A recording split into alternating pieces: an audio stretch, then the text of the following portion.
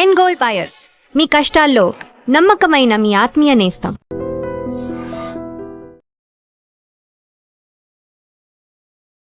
నమస్కారం, welcome to I dream. ధర్మ మార్గం విత్ విజిత కార్యక్రమానికి స్వాగతం.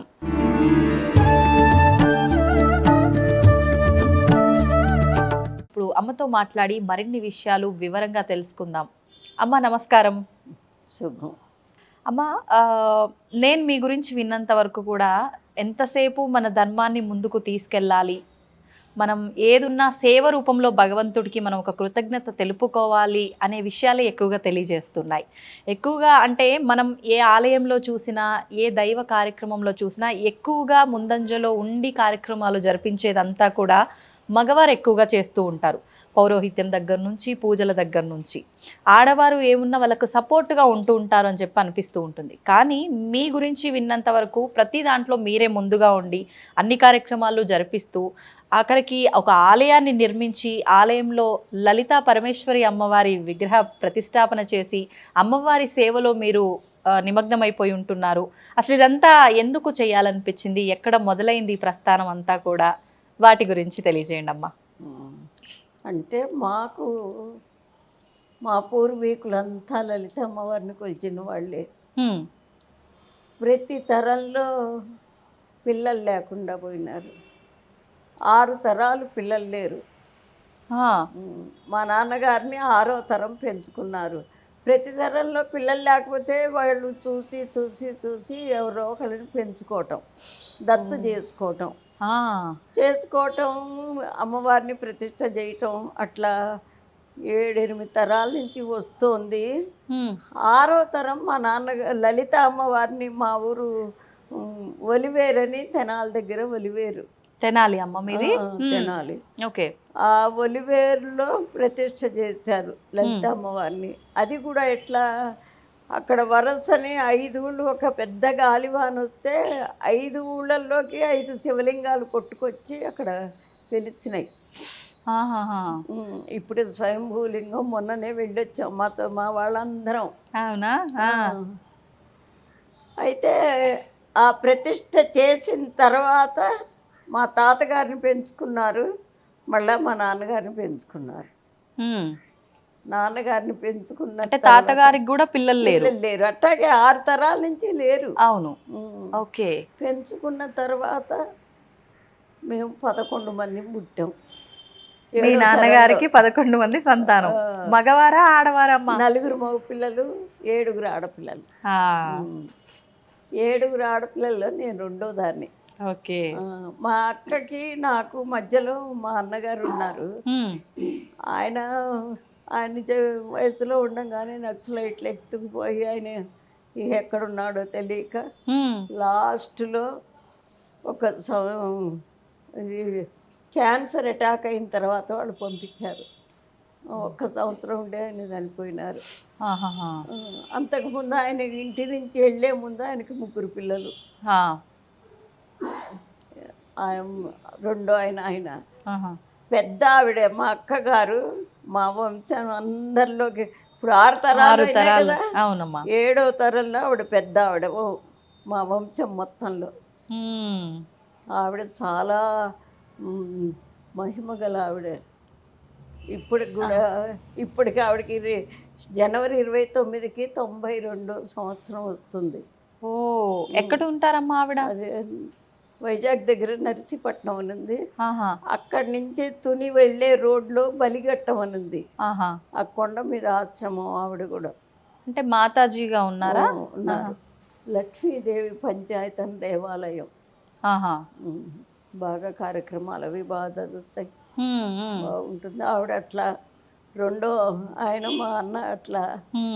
ఇక నేను నా పిల్లవాడికి జబ్బు చేసి ఎక్కడ తిరిగినా అది నయంగాక ఎంతమంది డాక్టర్లకు చూపించి చివరికి ఈ దేవుణ్ణి నమ్ముకున్నాం. అసలు ఈ పిల్లల కోసం మా పెద్దలు అక్కడక్కడ రామ పట్టాభిషేకాలు, రాముల వారి గుడిని స్థాపించడం, లలిత అమ్మవారిని గుడి స్థాపించడం, ఇట్లా చేసి ఆ పూజల యొక్క ఫలితాన్ని వంశానికి ధారపోసారు.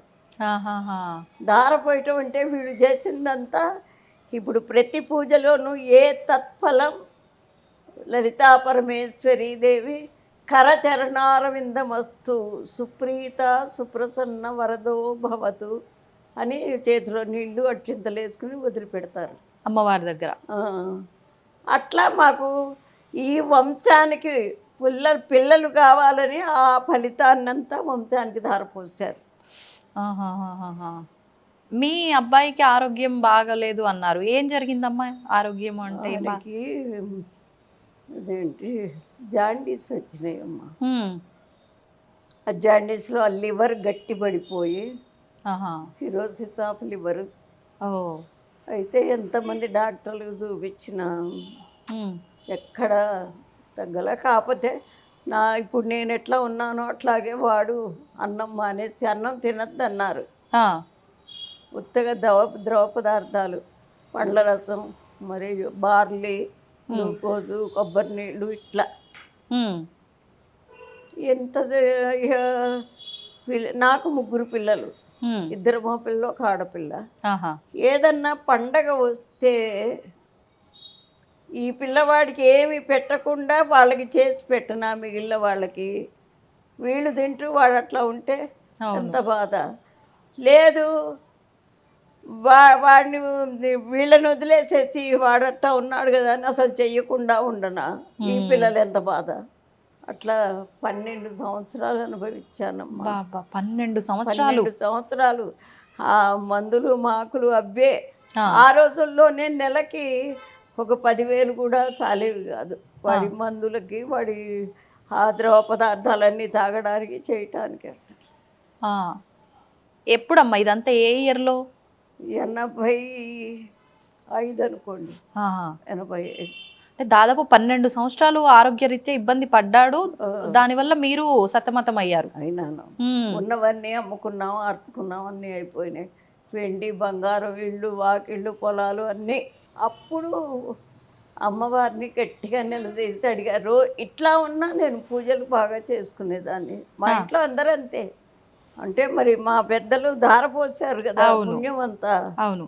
అయితే అమ్మాయి ఎన్నాళ్ళు ఇంకా ఇట్లా శక్తి పోతుంది, డబ్బు లేదు, మరి ఎట్లా దీన్ని ఏదన్నా ఒక పరిష్కారం చెయ్యి, ఉంచుతావా నలుగురిలో తిరిగేట్టు, ఆరోగ్యం బాగుండేట్టు చెయ్యి, లేదంటావా తీసుకెళ్ళిపో అని గట్టిగా అన్న నీళ్ళు మానేసి ఒక తపస్సులాగా చేసుకున్నా.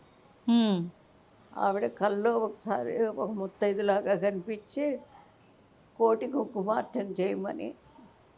ఏం చెప్పారు? కోటి కుంకుమార్చన. అమ్మవారికి లలిత సహస్రనామం కోటి కుంకుమార్చన అంటే 1,000,000 సార్లు చదవాలి అని చెప్పింది. అంటే అప్పటిదాకా మేము ఇళ్లల్లో ఏదో చేసుకోవటమే కానీ బయటికి వెళ్ళిన వాళ్ళం కాదు. ఆ రోజుల్లో బాసలు ఆడవాళ్ళు బయటికి ఎవరు వస్తారు? అవును. ఇక అది చేశాను. చేసిన తర్వాత లాస్ట్ డే రోజు మామూలుగా అంటే అన్నీ మిరాకిల్స్ అనమాట. ఆ కోటి కుంకుమార్చన చేయాలంటే ఆడవాళ్ళు వచ్చి చదవాలి. అవును. అక్కడే మేము ఉన్న చోటే పక్కనే ఒక ఆంజనేయ స్వామి గుడి ఉంటే ఆ గుడిలో పెట్టి. ఎక్కడమ్మా అప్పుడు ఎక్కడున్నారు? తెనాలి నందులపేట అని అక్కడ ఉన్నాము. ఆ పక్కనే ఉంది ఆంజనేయ స్వామి గుడి. మొదలు పెట్టా కార్తీక మాసంలో. అంటే కార్తీక మాసం అంతే అంతా ఉపవాసాలు ఉంటారు కదా, తప్పనిసరిగా చదువుతారని. ఉంటే 10 రోజులైంది. మహా అయితే మొత్తం మీద 10 రోజుల్లో 15 మంది వచ్చారు, 20 మంది వచ్చారు. అప్పుడు ఇప్పుడు అంటే మానవులం కదండి, ఎంత పూజ చేసినా ఎంత ఉన్నా మన ఇది మనకు ఉంటుంది. ఆ లక్షణం మానవ లక్షణం. ఇక అయ్యో ఇంత సంకల్పం చేశాను, ఎవ్వరు రావట్లేదు, 40 రోజులే పెట్టుకున్నాను. మీరు సమయం పెట్టుకున్నారు సంకల్పంగా 40 రోజులని. ఓకే. అప్పుడు పుష్పగిరి స్వామి పెద్ద స్వామి వారు వచ్చి అక్కడ ఉన్నారు. అక్కడికి వెళ్ళాను. స్వామి ఇట్లా జరిగింది ఇది సంగతి అంటే, ఏంటి ఇది చెప్పింది ఎవరే? ఆవిడ కదా, ఆవిడే చూసుకుంటుంది, ఏమి లేదు బలాన్ని రోజుని ఇట్లాగే అన్నారు. బలాని రోజున పొద్దున పుట్ట శనివారం నాడు నేను వస్తున్నా, లలితా సహస్రనామ వివరణ చెప్తాను ఇట్లాగే అన్నారండి. అప్పటికి నేను జాబ్ చేస్తున్నా. ఆహా. ఒక శుద్ధ ముక్క కొనుక్కుని ఉమ్. మీ ఏంటి ఆ తెనాల్లో మీ ప్రాంతంలో ఎన్ని గుళ్ళు ఉన్నాయో వెళ్ళి అన్ని చోట్ల బోర్డు మీద నువ్వే రాయాలి. ఏమనమ్మా?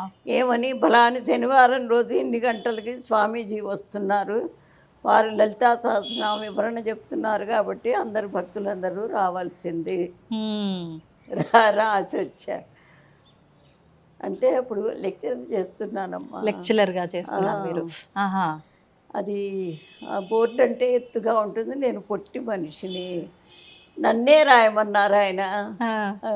9 గంటలు అయిన తర్వాత అప్పుడు వెళ్ళి ఆ వాచ్మెన్ని బతిమిలాడి నేనే స్టూల్ ఎక్కి నేనే రాసుకున్నా. అట్లాగే ఆ రోజు వచ్చారు, రానే వచ్చింది, ఆయన వచ్చారు. పొద్దున 8 గంటలకు వచ్చారు. జనం బాగా వచ్చారు. స్వామివారు వచ్చినప్పటికీ మీరు సంకల్పంలో చెప్పుకున్న 40 రోజుల్లో ఎన్నో రోజుకి వచ్చారమ్మా మీరు? నేను 15వ రోజు. 15వ రోజు వచ్చాను. ఇక సరే ఆయన అన్నీ చెప్పారు. లలితా సహస్రం చదవడం అంటే ఆడవాళ్ళకి భగవంతుడు చాలా అవకాశాలు ఇచ్చాడు. ఏమి తినందే చదవకూడదు అనేది లేదు. అసలు శాస్త్రాల్లో భగవంతుడు ఎక్కడ లేడు, మీ మనస్సులోనే ఉన్నాడు. కాబట్టి ఆయన్ని ముందు తృప్తిపరచాలి. మీరు వేళటికి శుభ్రంగా స్నానం చేసుకుని అంతో ఇంతో టిఫిన్ తినేసి రండి, చెయ్యొచ్చు. ఇది లోక కళ్యాణం కోసం మొదలుపెట్టింది. ఆయన చెప్పారు ఆ మాట అని చెప్పారు. ఆ రోజు నుంచి ప్రతిరోజు మధ్యాహ్నం 3 అయ్యేది పూజ అవ్వటానికి, అంత జనం. ఓహో. ఆ రోజు నుంచి అన్నట్టుగానే కరెక్ట్గా 40 రోజుల్లో అయిపోయింది. దాదాపు ఎంత సంఖ్యలో వచ్చేవారమ్మా? కనీసం 100 మంది అట్లా వచ్చేవాళ్ళు. ముందు 10 మంది 15 మంది కాస్త చూడండి. కరెక్ట్గా 40 రోజులకి అయిపోయింది. కోటి అయిపోయింది. అంటే నేను చేశాను అని నేను అన్ను. ఆవిడ ఎంత మిరాకిల్స్ చూపించిందంటే అమ్మవారు, వంట వాళ్ళని పిలిచాం. ఆఖరి రోజు హోమం ఉంటుంది అన్నదానానికి. వాళ్ళు కూతురు, అల్లుడు, కొడుకు, కోడలు, ఆవిడే 5గురు. వాళ్ళ 5గురు 4000 మందికి కావాల్సిన సరుకంతా వాళ్ళే పట్టుకొచ్చారండి. వాళ్ళని వీళ్ళని అడిగి ఆవిడ అన్నం తినకుండా, మరి ఏంటి ఇప్పటిదాకా బ్రాహ్మలు ఎవరు ఏంటి ఆడవాళ్ళు ఇట్లా చేసిన వాళ్ళు లేరు, ఆవిడ చేస్తోంది కాబట్టి మీరు ఎంతో కొంత సాయం చేయండి అని వాళ్ళు తీసుకొచ్చారండి. అయిపోయింది ఆ రోజు. బాగా చాలా బ్రహ్మాండంగా అయింది.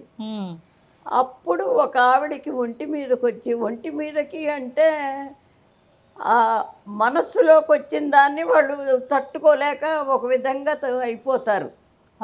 వచ్చిన ఆలోచన తట్టుకోలేక అంటే మన ఒంటి మీదకి రావటం అంటే అది.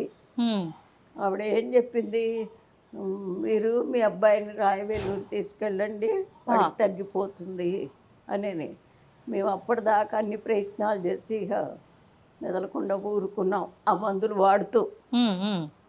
సరే అయితే అయిపోగానే ఒక 2 రోజులకో 3 రోజులకో వెళ్ళాం పిల్లాడిని తీసుకుని. వెళితే అక్కడ రాయవేలూరులో క్రిస్టియన్ హాస్పిటల్, అది ట్రైనింగ్ సెంటర్ అనుకుంటా, రీసెర్చ్ సెంటర్. వాళ్ళన్నీ చూసి 40 రోజులు టెస్ట్ చేశారండి వాళ్ళు. రోజు ఒకటి. టెస్ట్లకే 40 రోజులు. 40 రోజులు అసలు ఏంటి అనేది. అప్పుడు వాడు తేల్చింది ఏమిటంటే, లివరు గట్టిపడ్డ మాట వాస్తవమే. ఎందుకు గట్టిపడ్డది అంటే రక్త ప్రసరణ దానికి లేదుట. అంటే 4 వెయిన్స్ మూసుకుపోయినాయట. లివర్ నుంచి హార్ట్కి వచ్చే వెయిన్స్. ఓహోహోహో. ఆపరేషన్ చేశారు 40 రోజుల తర్వాత. చేశారు, సక్సెస్ అయింది అది. ఒక అక్కడ ఒక ఫెసిలిటీ ఏమిటంటే అప్పుడు కాదు ఇప్పుడైనా ఎవరు వెళ్ళినా ఉమ్, ముందు మనం డబ్బులు తీసుకెళ్ళక్కర్లా, ఏదో కొంత తీసుకుని వెళితే వాళ్ళు మనం అక్కడ ఉన్న వాళ్ళు మనకి అన్నీ వాళ్ళే వాడతారు, భోజనం వాళ్ళే పెడతారు. ఎంతమంది ఉన్నా ఆ, ఎంతమంది కాదు, పేషెంట్. ఆ పేషెంట్తో ఉన్న వాళ్ళకి. ఆహాహా. అయితే చివరికి వెళ్ళేప్పుడు బిల్లు కట్టాలి. ఓ, ఈ లోపల మనం చేసే ప్రయత్నాలు. ప్రయత్నాలు చేసుకోవచ్చు. అవును. అట్లా సరే చేసాం, బాగానే ఉంది. లాస్ట్కి 28,000 బిల్లు ఆగిపోయిందండి. కట్టాల్సింది ఇంకా బాకీ ఉంది అక్కడ. అయితే ఇక అప్పటికి అయిపోయినాయి. మా ఎంత పని అయిందమ్మా అప్పుడు సుమారుగా బిల్లు మొత్తం? సుమారుగా 3 లక్షలు అయింది. 3 లక్షలు అయింది. ఇక అప్పుడు రాజీవ్ గాంధీకి ఒక లెటర్ రాశా, మీరు? స్వచ్ఛమైన తెలుగులో. ఆ, ఏమని, ఇట్లా జరిగింది, ఇట్లా పిల్లాడికి ఇట్లా. వాళ్ళు ఏంటంటే బిల్లు కట్టకపోతే పేషెంట్ని పంపించరు. ముందే లాయర్ చేత మన ఉన్న అడ్రస్సు అన్నీ, మనం ఎక్కడ పుట్టాం అన్నీ రాసుకుంటారు వాళ్ళు ముందు Details జాయిన్ అన్ని. చేసేప్పుడే. ఆ, అందుకని ఎటు తప్పించుకునే వీలు లేదు. అవును. రాసాము, ఆయనకి రాస్తే మరి అమ్మవారి మహత్యం కాకపోతే అప్పటికి 3 కోట్ల మంది ఉన్నారు మన జనాభా. ఉమ్, ఈ 3 కోట్ల మందిలో నేను ఏ విధం అండి, ఎక్కడ అసలు నా ఉనికి ఎక్కడ? ఆ, ఆ. మరి అది ఆయన దాకా పోయింది అంటే అది ఎంత మిరాకిల్ అండి. ఆ, చూశారు, వెంటనే ఎవరినో పంపించారు, అక్కడంతా ఎంక్వైరీ చేసుకుని అప్పటి నుంచి పిల్లవాడు ఎప్పుడు వచ్చినా మందులు ఉచితంగా అన్నీ ఇచ్చి ఏర్పాట్లు రాసేసారు ఆయన. మళ్ళీ మళ్ళీ మళ్ళీ వచ్చే ట్రీట్మెంట్లకు అన్నిటికి కూడా అన్నిటికీ ఉచితమే. ఆహాహా. ఇక వచ్చేసాం అనుకో. ఎంత చక్కటి ఆలోచన చేశారమ్మా మీరు. ఎలా వచ్చింది మీకు ఆలోచన అప్పుడు? అంటే నేను పార్టీలో తిరిగానండి. ఆహా. అందులో అప్పుడు కూడా మనకి స్వతంత్రం వచ్చేటప్పటికి ఆడవాళ్ళు పెద్దగా పాల్గొనలే అందులో. ఫస్ట్ మనకి ప్రధానమంత్రి ఆడమనిషి అయింది. అది నాకు చాలా సంతోషం. ఆహాహా. అంటే మీరు ఉన్నారు అప్పుడు స్వాతంత్రం వచ్చినప్పుడు? 35 పుట్టానమ్మా. ఓ, 1937. నాకు అన్నీ, నేను కూడా దాంట్లో పాల్గొన్నా. మీరు 35లో పుట్టారు, 47లో వచ్చింది. అంటే మీరు మొత్తం అన్ని కార్యక్రమాల్లో ఇన్వాల్వ్ అయ్యి ఉన్నారు. సో స్వాతంత్ర సమర యోధురాలైతే. సంతోషం అమ్మ కలిసినందుకు నిజంగా. అయితే ఇక అట్లాగే మిరాకిల్గా చాలా మిరాకిల్స్ వచ్చినాయండి. ఎవరికైనా వస్తాయి, నేను అది ఖచ్చితంగా చెప్తా. ఎట్లా, ఇప్పుడు పిల్లవాడు ఎంత తెలివిగలవాడైనా చదివితే కదా అది వాడికి తెలివితేటలు ఉన్నది లేనిది తెలిసేది, పాస్ అయ్యేది. అవును. అట్లాగే ఈ దైవారాధనలో కూడా ఎంత తెలిసినా దాన్ని అనుకరించే పద్ధతిలో కనుక చేస్తే ఖచ్చితంగా అన్నీ వస్తాయి. భగవంతుడు అంటే అది మనకు కనపడినంత మాత్రం లేడు అనుకోవటానికి వీల్లేదు. భగవంతుడు ఉండబట్టే ఇప్పుడు ఆ భగవంతుడి వల్ల మనం ఈ లోకంలోకి వచ్చి కొన్ని పనులు చేస్తాం. కొన్ని డ్యూటీలు ఆవిడ మనకు అప్పచెప్పింది. ఆ డ్యూటీలన్నీ మనం కరెక్ట్గా చేస్తే తప్పనిసరిగా భగవంతుడి యొక్క కృప మనకు ఉంటుంది. నువ్వు పుట్టించడం మటుకే ఇంకా నీదే ఉందిలే అనుకుంటే అది మాత్రం అసలు కుదరని పని. అట్లా చేశాను. ఈ పిల్లవాడు ఇంకో మిరాకిల్ ఏంటో తెలుసా అండి, వీడు జబ్బు పడ్డప్పుడు 9th ఏదో చదువుతున్నాడు మా అబ్బాయి. ఇంటికి వచ్చిన తర్వాత సొంతగా చదువుకుని ఫస్ట్ ఆంధ్ర మెట్రికులేషన్ రాశాడు. అది అక్కడ యూనివర్సిటీ ఫస్ట్ సెకండ్ వచ్చాడు. తర్వాత ఇంటర్మీడియట్ చేర్పించాం. చేర్పిస్తే జిల్లా ఫస్ట్ వచ్చాడు ఇంటర్మీడియట్లో. తర్వాత బిఎస్సి మ్యాథ్స్తో కాలేజ్ ఫస్ట్ వచ్చాడు. ఊరికే అన్నీ వచ్చాడు, అన్నీ చదువుతున్నాడు, బాగానే ఉంది. మరి వచ్చిన తర్వాత ఊరికే ఉండటం ఎందుకని మన ఎంసెట్ రాశాడు. రాస్తే 74 ర్యాంక్ వచ్చింది. ఆ, వచ్చేసి తనకి మొదటి నుంచి బొమ్మలు వేయటం చాలా ఇది, ఆహా, అందుకని బీఆర్క్లో చేరాడు, ఆర్కిటెక్చర్. ఓకే. ఈ ఇళ్ళు అవన్నీ అవును. ప్లానింగ్ అంతా, అది కూడా మంచిగా పాస్ అయినాడు. హ్మ్, తర్వాత పెళ్ళయింది. హ్మ్. ఆపరేషన్ చేసినప్పుడు వాళ్ళు 8 ఏళ్ళు టైం ఇచ్చారు, ఎందుకమ్మా?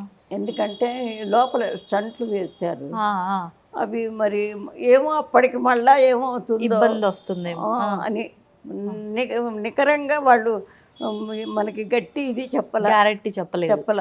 ఆహాహా. అట్లాంటిదే 30 ఏళ్ళు బతికాడమ్మా.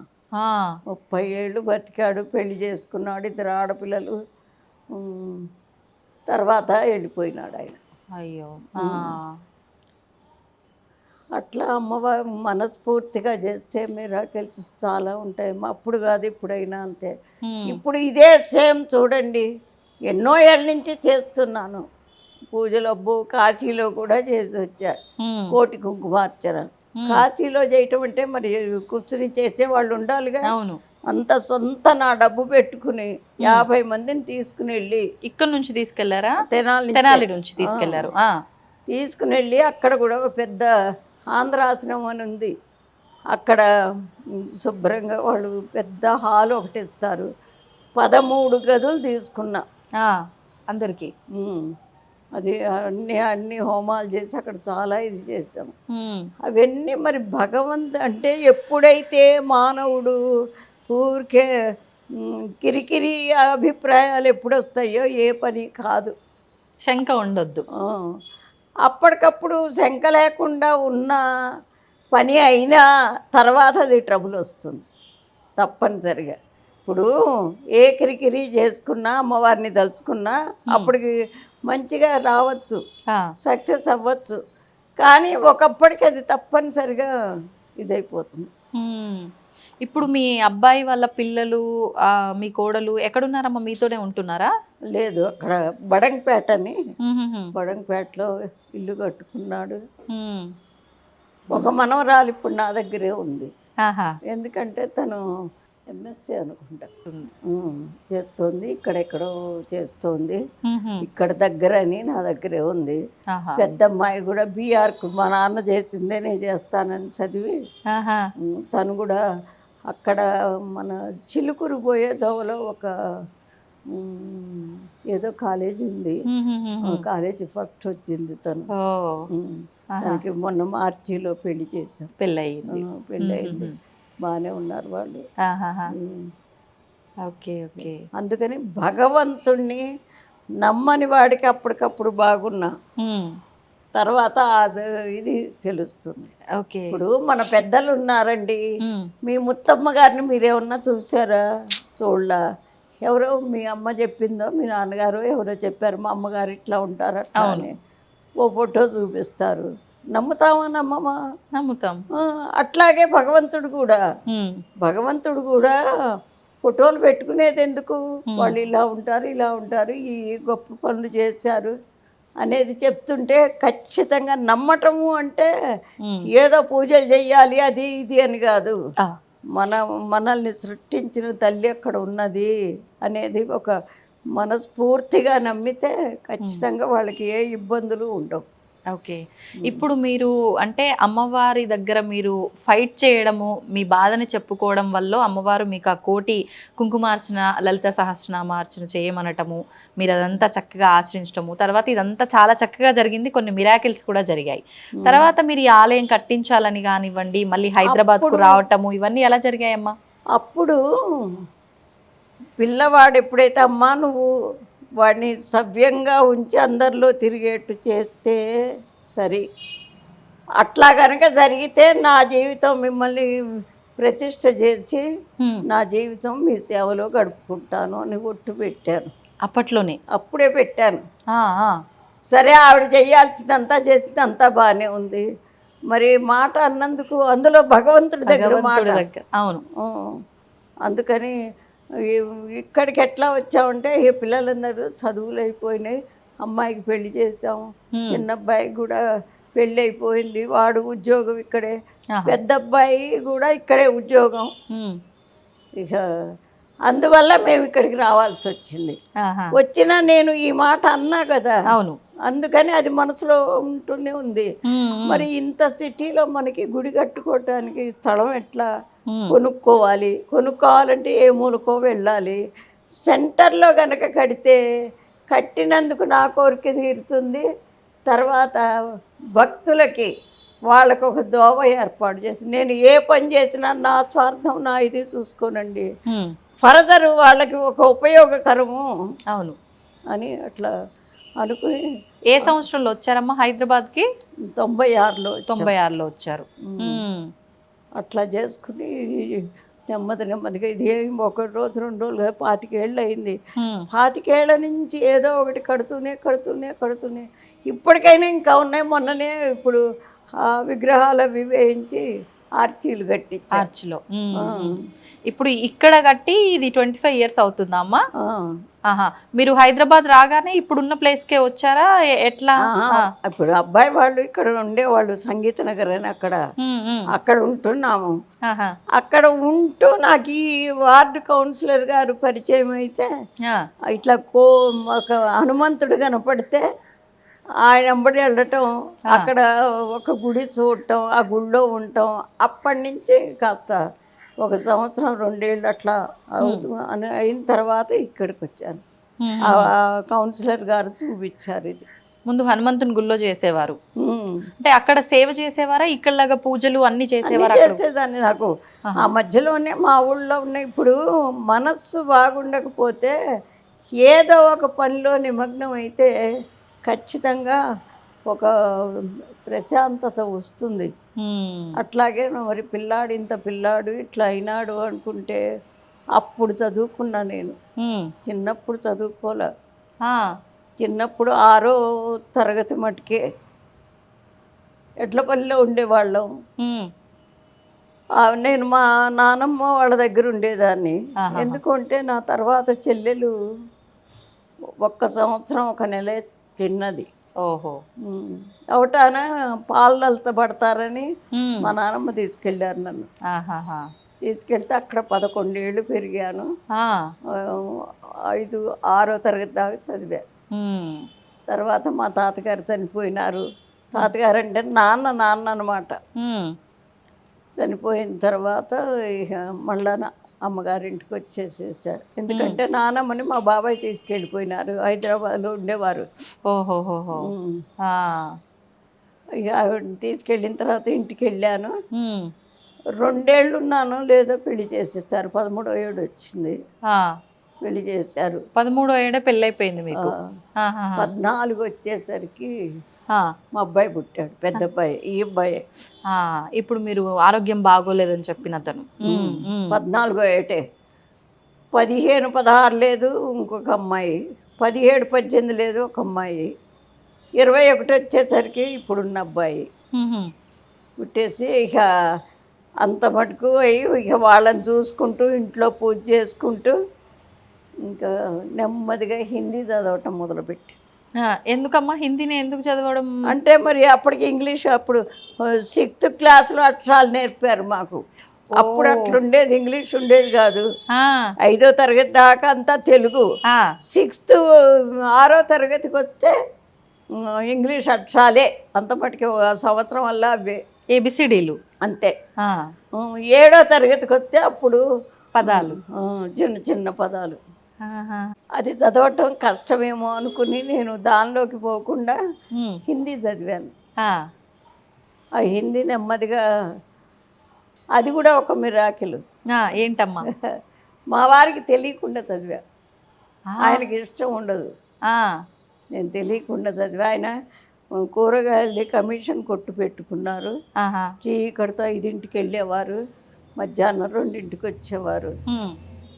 ఈ లోపల పిల్లల్ని బడికి పంపించడం, నేను ఈ పని చేయటం. ఇంట్లోనే చదువుకునేవారా అమ్మ మీరు? మీరు నేర్చుకోవడానికి బయటికి వెళ్ళేవారా? వెళ్ళేదాన్ని. సర్వోదయ కేంద్రం అని ఉంది, వినోబా భావే గారు పెట్టింది. దాంట్లో చదువుకుంటూ ఎంత 1 గంట, 1.5 10ంటికి వెళ్ళేదాన్ని, 11:30కి వచ్చేదాన్ని. వచ్చిన తర్వాత ఆయనకి వంట చేసేదాన్ని. ఉమ్. ఓకే. అట్లా ఎప్పుడు చెప్పారమ్మా మళ్ళీ మీ వారికి? నేను ప్రవీణ పాస్ అయినా. ఆ, ప్రవీణ్ అంటే బిఏతో సమానం, హిందీ. ఓహో. ఉమ్. అయిన తర్వాత ట్రైనింగ్కి వెళ్ళాలని, టీచర్ టీచర్ ట్రైనింగ్ అనుకుంటే ఇక అప్పుడు చెప్పడం తప్పలే. ఇట్లా గంటన్నర కాదుగా ట్రైనింగ్ అంటే. అవును అవును. చాలా టైం పడుతుంది, అక్కడే ఉండాలి. 10ంటికి వెళ్ళినా కానీ 2ంటి దాకా ఉండాలి, మళ్ళీ సాయంత్రం వెళ్ళాలి. అయ్యే చెప్పక తప్పల, చెప్పాను అప్పుడు. అప్పుడు ఏంటి వారి రియాక్షన్? వద్దన్నారా? మానేశానికి ఏం చేస్తాం. అయిన తర్వాత ఏ ట్రైనింగ్ లేకపోయినా ఎంఏ చదివాను హిందీలోనే, సాహిత్యరత్న. ఓ, వారికి తెలుసా మీరు ఇది చదువుతున్నట్టు? మళ్ళీ అది కూడా చెప్పలే. సాహిత్యరత్న చదివాను. కాకపోతే ట్రైనింగ్కి వెళ్ళాలి అనుకుంటే మరి జనరల్ క్వాలిఫికేషన్ కావాలన్నారు. నేను చదివింది 6వ తరగతి. అప్పుడు ఆంధ్ర మెట్రిక్ చదివాను. అది కూడా ఈ ట్యుటోరియల్ కాలేజీలు ఉంటాయి చూడండి, అవును, అట్లాంటి కాలేజీలో. పాపం నేను గృహిణినని, మరి పిల్లల్ని ఇట్ట పెట్టుకుని చదువు మీద ఆపేక్షతో వస్తుందని వాళ్ళు క్లాసులు నా సమయానికి అనుకూలంగా మార్చారండి. బాబా ఎక్కడున్నారో కానీ నిజం చెబుతున్నా. హిందీ కూడా అంతే. అయితే ఇంకా నెమ్మదిగా ఇంటర్మీడియట్ చదివాను, బిఏ చదివాను, ఎంఏ చదివాను. ఇది ఎంఏ అయిపోయింది. అప్పుడు ఉద్యోగం చేశాను, ఉద్యోగాలు చేరాను. ఫస్ట్ పార్ట్ టైంకి వెళ్ళాను హిందీ లెక్చరర్గా తెనాలి జేఎంజే కాలేజీలో. వెళ్తే అది కూడా తెలియదు ఆయనకి. అంటే జాబ్కి వెళ్ళినప్పుడు కూడా చెప్పలే మీరు? పార్ట్ టైం అంటే 8ంటికి వెళ్ళిపోవటం, 12ంటికి రావటం. ఓ, ఇంకా మేనేజ్ చేసుకోవచ్చులే, చెప్తే ఒప్పుకోరని. ఆ చదువు మీద ఆపేక్ష అట్లా ఉండేదండి. నాకు ఎంత ఇష్టమో. ఎందుకమ్మా అంత ఏమో మరి చదివాను. అప్పుడు అక్కడ చేసుకుంటూనే విడిగా కాన్వెంట్ పెట్టాను, ఇంగ్లీష్ మీడియం కాన్వెంట్. మీరే? 5గురు టీచర్స్ని. ఆ రోజుల్లో ఆడవాళ్ళు ఎవరు అట్లా పెట్టిన వాళ్ళు లేరు. పెట్టాను. 1000 మంది పిల్లలు చేరారు. 1000 మంది? 14 మంది టీచర్లు ఉండేవాళ్ళు.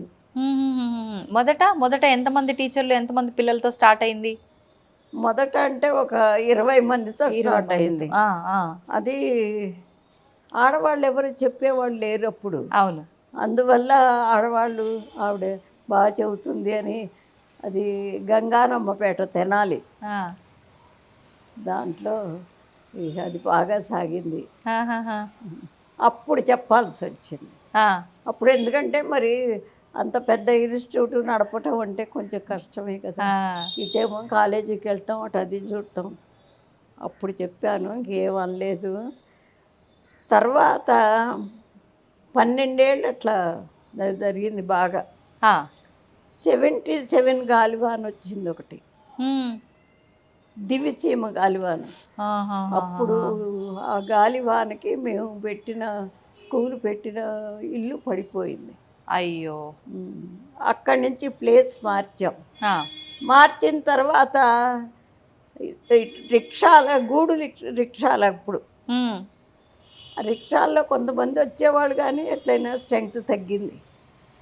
ఎందుకంటే దూరంగా ఉండేదా? చాలా దూరంగా.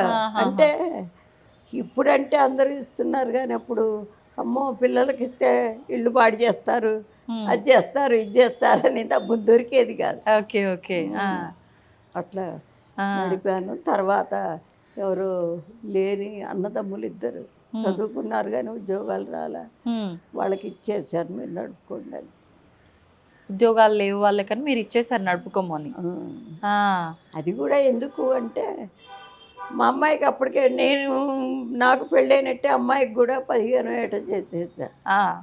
ఆవిడకి జాండీస్ వచ్చినాయి అమ్మాయికి.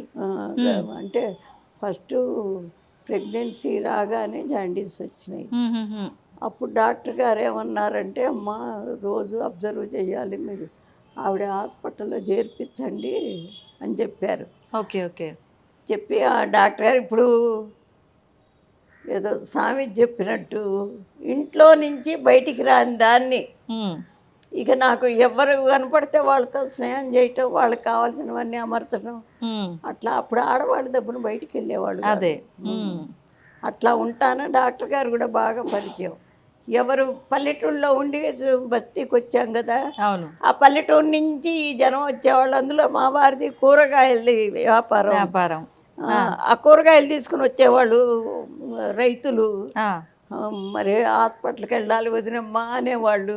ఆహా, వాళ్ళని తీసుకెళ్ళటం అట్లా డాక్టర్ గారు బాగా పరిచయం అయ్యి ఆహా, బావమరుదులు కొడాలి వీరయ్య గారు, వీర రాఘవి గారు అని ఆహాహాహా. ఆయన చెప్పారు. అమ్మా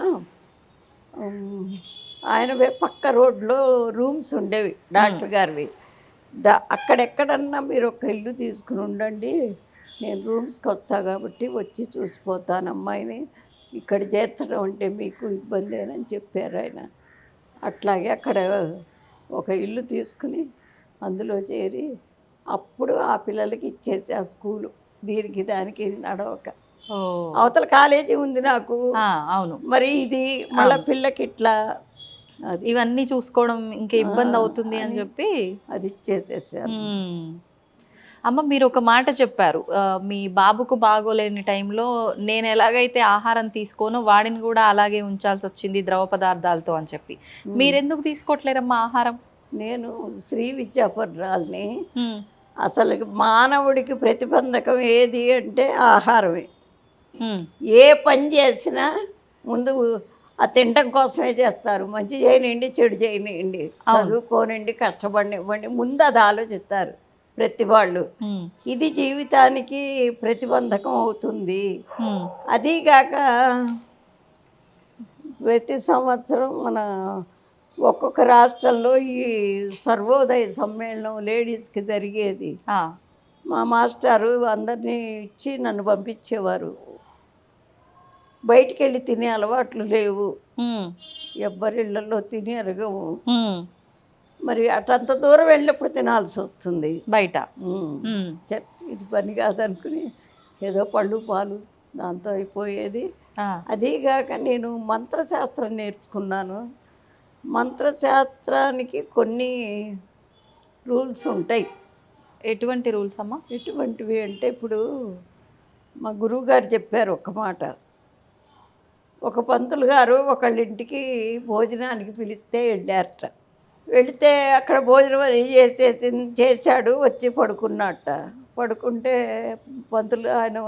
ఆ పంతులు గారి భార్య వాళ్ళని చోట భోజనానికి వెళ్ళారు కదా, ఏమి ఇచ్చారు వాళ్ళు, వెండి బంగారాలు కూడా ఇచ్చేవాళ్ళు వెనక అనే సంచి తీసి చూసిందట.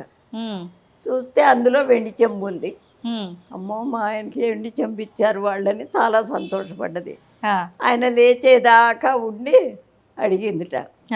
అడిగితే ఆయన లేచి లేవగానికి అతను మంచినీళ్ళు తాగి ఏంటి టవల్ పైన వేసుకుని ఏది ఇటు తీసుకురావే అన్నట్ట. తీసుకొచ్చి ఇస్తే అది తీసుకుని వెళ్ళిపోయి మధ్యాహ్నం వెళ్ళిన వాళ్ళ ఇంటికి వెళ్ళి, అమ్మ మర్చిపోయి మీ వెండి చెంబు నా సంచిలో పెట్టుకుని వెళ్ళిపోయాను అని చెప్పి తిరిగి ఇచ్చేసాట. ఇచ్చేస్తే అది ఎందుకు అంటే అట్లా జరిగింది, ఎందుకు తీసుకొచ్చాడు ఈ పంతులు గారు అంటే అడిగట్ట ఆవిడని, అమ్మ మీ ఆయన ఏం చేస్తారు, మీరు తెచ్చిన సరుకులన్నీ మీరు కొనుక్కొచ్చారా, ఎక్కడన్నా అప్పు తెచ్చారా అని అడిగట్ట. అంటే సన్న బియ్యం అని పక్క వాళ్ళ ఇంటో తీసుకున్నానండి అన్నదట. పక్కవాడు ఒక దొంగట. ఎవరైతే ఎవరింట్లోంచి వీళ్ళైతే తప్పుగా తెచ్చుకున్నారో ఆ ఇంటి అతను దొంగ. అయితే ఆ దొంగతనం చేసి తీసుకొచ్చిన డబ్బుతో ఆ బియ్యంతో వండి పెట్టటాన ఈయనకి ఆ దొంగ బుద్ధి వచ్చింది. ఆహారం తిన్నందువల్ల వచ్చి నిద్రపోయేసరికి అరిగిపోయిందిగా. అప్పుడు బాగా స్ట్రైక్ అయింది, అయ్యో నేను పొరపాటు చేశానని. అందుకని మంత్రోపదేశమైన వాళ్ళు ఎవ్వరూ కూడా బయట ఎక్కడా తినకండి అని చెప్పి ఆయన బాగా డీప్గా చెప్పారు. అప్పటి నుంచి ఇక మానేశాను. అట్లా. ఏ సంవత్సరంలో అమ్మ? మీకు ఎన్ని సంవత్సరాలు ఉన్నాయి అప్పుడు? 38. మీరు 38 సంవత్సరాలు అప్పుడు. ఇప్పుడు ఎంత అమ్మ మీ వయసు? 88. దాదాపు ఒక 50 సంవత్సరాల పైనే అయింది అనుకుంటా. అయితే అంటే అసలు ఏం తింటారమ్మా కంప్లీట్ బయట ఫుడ్ అంటే ఇంట్లో ఫుడ్? ఫుడ్ తిన్ను కదా అసలు. అసలు ఆ ఫుడ్ లేకపోతే ఇది రాదు కదా, ఈ ఆలోచనే రాదు. తినాలి, బయటికి కొనుక్కొచ్చుకోవాలి, వాడు పిలిస్తే వెళ్ళాలి, ఫుడ్ రాదు కదా. కానీ ప్రాణం నిలబడడం కోసం ప్రాణం నిలబడుతోందిగా. ఎలా సాధ్యపడుతుందమ్మా అట్లా? పొద్దున్నే కాఫీ తాగుతానమ్మా. మరి 11, 12ంటికి ఇక్కడ అమ్మవారి పూజ అయిపోయిన తర్వాత ఆ తలుపు వేసేటప్పుడు అమ్మవారి దగ్గర ఏమన్నా పళ్ళు ఉంటే తిని ఆ తీర్థం దాగి వెళ్ళిపోతాను. వెళ్ళిపోయిన తర్వాత అక్కడ అన్నదానం జరుగుతుంది, అదంతా అయిపోయి శుభ్రంగా పడుకుంటా. నిద్రపోయి లేచిన తర్వాత పళ్ళ రసం గ్లాస్ తాగుతాను. అది లేకపోతే ఏ పాలు కాఫీయో ఏదో, మళ్ళీ రాత్రి పడుకోబోయేప్పుడు గ్లాస్ పాలు తాగుతాను. చాలు. కాఫీయో టీయో పాలు లేదంటే ఒకసారి జ్యూసు, అది కూడా ఉంటే లేదంటే లేదు. ఒక పండు నేను తాగాలి అని తెప్పించుకోవటం కాదు, అమ్మవారికి పెట్టింది అయితేనే తాగుతా. కానీ అమ్మ 3 పూటలు తినాల్సిందే, మధ్యలో ఒక్క పూట తినాల్సిన టైం కాస్త ఆలస్యం అయితేనే కళ్ళు తిరిగి అంత గందరగోళం అయిపోతుంది. అసలు అట్లా ఎట్లా ఉండగలుగుతున్నారమ్మా? మొదట్లో కూడా ఏమి ఇబ్బంది అనిపించలేదా మీకు? అంటే ఎప్పుడు పూజలు చేసేదాన్ని కదా, అది ఉపవాసాలు ఇస్తారు బ్రాహ్మలు. బ్రాహ్మలు ఎప్పుడు కూడా ఉపవాసం ముందు ఉంటారు, అట్లా అలవాటైపోయింది. అంటే ప్రత్యేకించి ఏదో కోరిక మేరకు సంకల్పం కోసము పెట్టుకోలే మీరు, స్వామివారు అలా చెప్పటం వల్ల మీరు మంత్రసిద్ధి తీసుకున్నప్పుడు ఇంకా అప్పటి నుంచి కంటిన్యూ చేస్తున్నారు అంతే. అంటే అసలు రైస్ అంతకు ముందైనా తినేవారా మీరు? తినేదాన్ని, అప్పుడైనా ఒక్క పూటే అంతే. ఊరికే మా రోజుల్లో మాకు కాఫీలు ఏం లేవు, టీలు ఏం లేవు, పిల్లలకి లేవు. ఆయన కూడా ఆయన 90 ఏళ్ళు వచ్చిన కాఫీలు టీలు లేవు. నా చిన్న కొడుకు కాఫీ కానీ టీ కానీ ఇప్పుడు జాబ్ చేస్తున్నాడు కదా, అక్కడ ఫంక్షన్స్ అయినా అసలు ఏమి అలవాటు మాకు, అసలు మా ఇంట్లో కాఫీ అది అలవాటు లేదు. హైదరాబాద్ వచ్చిన తర్వాత కాఫీ తాగటం అలవాటైంది. ఓకే ఓకే, అది. ధన్యవాదాలమ్మా. తవ్వండి, తవ్వుతూనే శివలింగం సరే దాన్ని అట్లా కప్పేసేయండి, చూపించదండి. కృష్ణ ఇస్ దేర్, మూర్తి పూజ కాదు, సాక్షాత్ బ్రజేంద్ర నందన భగవాన్ ఉన్నారు మూర్తిలో. ఏమీ ఆశించకుండా ఆరాధించే వాళ్ళు కూడా ఉన్నారా ప్రభుజీ? నిజమైన భక్తి అంటే మనకు తెలియదు కాబట్టి